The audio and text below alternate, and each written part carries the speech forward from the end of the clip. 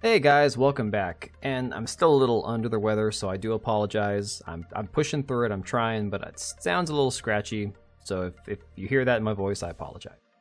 But let's check in on how Madam Web is doing. I'm recording this on Friday night. It's about 10 o'clock at night here. And as of right now, the Wednesday and Thursday numbers are in. Remember, they released this on Wednesday to have that nice long 5-day weekend or whatever. And so what you have is Wednesday's numbers were $6 million in the box office, with a 64% decrease for Thursday at 2.1 million. So currently right now, without the Friday figures right in front of me, we are sitting at an $8.2 million box office with a projected $22 million for the weekend. And that is going to be disastrous for this film because look, the movie only had like an $80 million budget. So roughly, I mean, triple the budget for marketing and everything else. $240 to break even. But honestly, I don't know that it's going to make it because people just do not care. And honestly, if you see some of these clips, you'll understand why. So from Film Updates here on Twitter, we have this quote from Dakota Johnson where somebody has asked her if she was going to see the Madam Web movie or if she'd seen it yet. And she said, "I don't know when I'll see it. Someday." Now, again, this is a woman who has been completely unenthusiastic in all of her interviews and all the lead up to this. And I want to show you a couple little clips here that I stumbled upon on Twitter because they're just gold. They're just, I don't understand, other than the fact that her parents are famous, 80s movie stars and TV stars, how she got to be in this position. Just listen. Can you name the 3 Spider-Man Tom Holland movies? Yeah. Should I just go on faith? Yeah. Oh.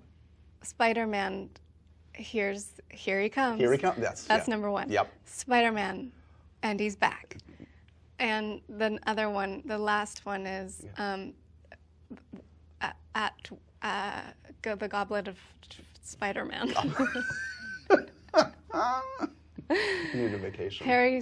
Now, I don't remember if it's this interview or a different one where they ask her if she's seen any Marvel movies, and she says she's seen like 15 minutes of one Marvel film. Okay, so here's this other one. A line from the trailer that went sort of viral. Do you remember that? What was it?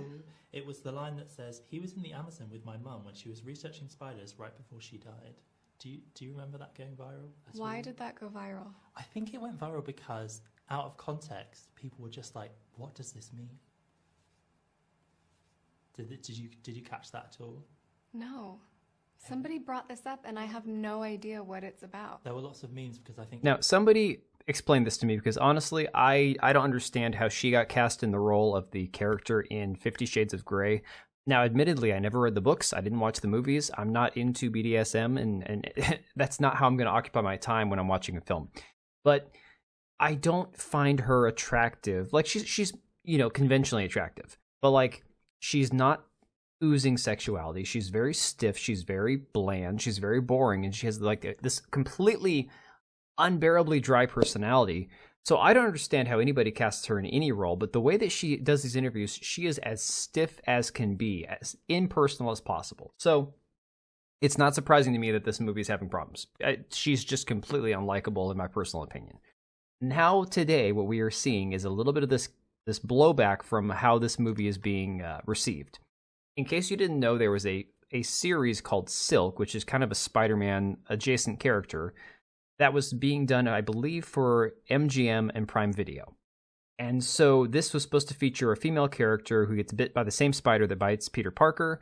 And this was kind of in, just kind of like in production hell because they had something to do with the strikes, not getting enough writers in the writer's room. Long story short, now that they've reconvened, they have fired the entire writings. The writer's room is completely scrapped. Everybody's gone except for the showrunner. And the funny thing about this is, according to this this article from the Ankler, the reason for this is, this is from a source close to the studio, says that Angela Kang, who has a multi-year overall deal with Amazon, will continue to act as showrunner for the series that centers on the Korean-American heroine Cindy Moon. One source close to the series claims that Silk was being refocused with a more male-skewing audience in mind. Amazon had no comments.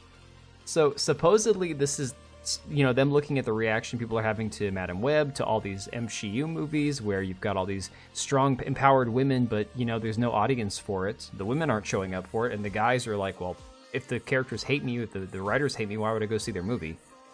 So instead, They are going to take this series in a male-oriented direction, and they're even working on a Spider-Man noir, which is going to have supposedly Nicolas Cage as the protagonist. That would be hilarious. Honestly, even if it sucked, I would watch that because it's Nicolas Cage. How can you not?